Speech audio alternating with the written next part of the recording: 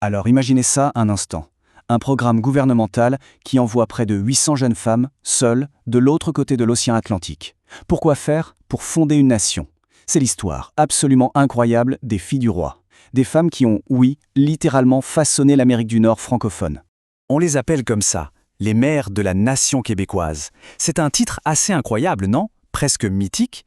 Sauf que derrière cette image d'Épinal, il y a une histoire beaucoup plus complexe. Et surtout, une rumeur tenace qui leur colle à la peau. C'est justement de ça qu'on va parler, de cette étrange dualité. D'un côté, on a une célébration nationale, des pionnières qu'on admire. Et de l'autre, on a une ombre, une sorte de légende noire qui plane sur leur réputation depuis des siècles. Voilà, c'est la question au cœur de tout ça. Comment un groupe de femmes aussi fondamental pour l'histoire a-t-il pu être la cible d'une rumeur aussi sombre, aussi persistante? Pour trouver la réponse, il faut retourner au tout début, à la source même du projet royal. Tout commence donc avec un plan audacieux, une véritable initiative d'État orchestrée par qui? Par le roi Soleil lui-même, Louis XIV.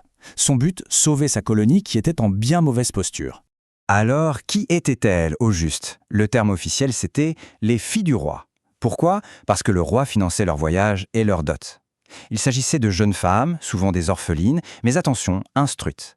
Leur mission, simple sur le papier, était en fait immense. Traverser l'Atlantique, trouver un mari parmi les colons et peupler la Nouvelle-France. Rien que ça. Et attention, ce n'était pas une petite opération improvisée. On parle d'un projet qui s'est étalé sur 10 ans, de 1663 à 1673. C'était un effort massif, systématique, de la couronne pour assurer la survie même de sa colonie, qui, à l'époque, manquait cruellement de femmes et donc de familles. Bon, maintenant qu'on a posé le décor, il est temps de s'attaquer au cœur du mythe. Qui étaient vraiment ces femmes qui ont tout quitté pour ce voyage vers l'inconnu? On parle d'un groupe d'environ 800 jeunes femmes. Ce chiffre, il n'est pas sorti d'un chapeau. On le doit au travail de fourmi d'un historien, Yves Landry, qui a passé des années à éplucher les archives pour reconstituer la liste la plus exacte possible de ces pionnières. Et c'est là qu'on touche au point le plus sensible. La fameuse légende noire disait qu'elles étaient des femmes de mauvaise vie.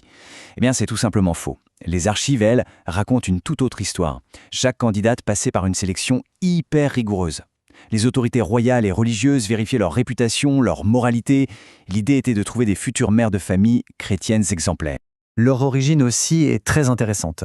Près de la moitié venait de la région parisienne. Beaucoup sortaient de l'hôpital général de Paris, une institution qui recueillait les orphelines. Les autres venaient surtout de l'Ouest, de la Normandie ou des environs de La Rochelle. C'était donc pour la plupart des citadines. Imaginez un peu le choc. Quitter Paris pour les grands espaces et la vie rude de la Nouvelle-France. Au-delà de leur parcours individuel, qui sont déjà fascinants, c'est leur impact collectif qui est absolument stupéfiant. Penchons-nous un instant sur l'héritage phénoménal qu'elles ont laissé. Cet héritage, en fait, il est partout aujourd'hui, particulièrement dans les arbres généalogiques.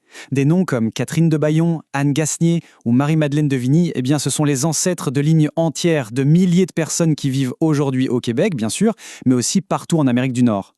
Et ce qui est peut-être le plus incroyable dans tout ça, c'est que cette histoire, elle n'est pas juste dans les livres. Non, elle n'est pas perdue.